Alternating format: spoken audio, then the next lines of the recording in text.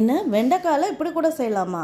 மொறுமொறுன்னு வெண்டைக்காய் குறுக்குறை எப்படி செய்கிறதுன்னு பார்க்கலாம் வாங்க. வெண்டைக்காயை ஃபஸ்ட்டு கழுவிட்டு நல்லா தொடச்சிட்டு எடுத்து வச்சிடணும். அதுக்கப்புறமா இந்த மாதிரி நீல வாக்கில் 4 பீஸாக கட் பண்ணி எடுத்து வச்சுக்கணும். இப்போ இதுக்கு மசாலா ரெடி பண்ணிடலாம். அதுக்கு ஒரு பவுலில் வந்து அரிசி மாவு 1 ஸ்பூனு, கார்ன்ஃப்ளவர் மாவு 1 ஸ்பூனு, கடலை மாவு 1 ஸ்பூன் சேர்த்துட்டு மஞ்சள் தூள், மிளகாய் தூள், உப்பு இதெல்லாம் தேவைக்கேற்ப போட்டுட்டு நல்லா ட்ரையாக பிணைஞ்சி விட்டுடலாம். அதுக்கப்புறமா கொஞ்சமாக தண்ணி தெளித்து பிணைஞ்சிக்கணும். ஒரேடியாக ஊற்றிடாதீங்க.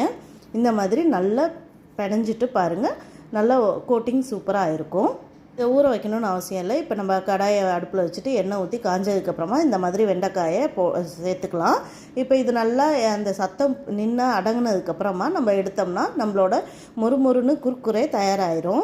நம்மளுக்கு ஸ்கூல் விட்டு வர குழந்தைங்களுக்கு இந்த மாதிரி கொடுத்து பாருங்கள், விரும்பி சாப்பிடுவாங்க. டீயோடு சாப்பிட ஒரு நல்ல ஸ்நாக்ஸ் ஈவினிங்க்கு. எங்கள் வீட்டில் செய்யும் போதே காலி ஆயிடுச்சு. உங்கள் வீட்டில் உங்கள் குழந்தைங்க என்ன பண்ணுறாங்கன்னு கமெண்டில் சொல்லுங்கள்.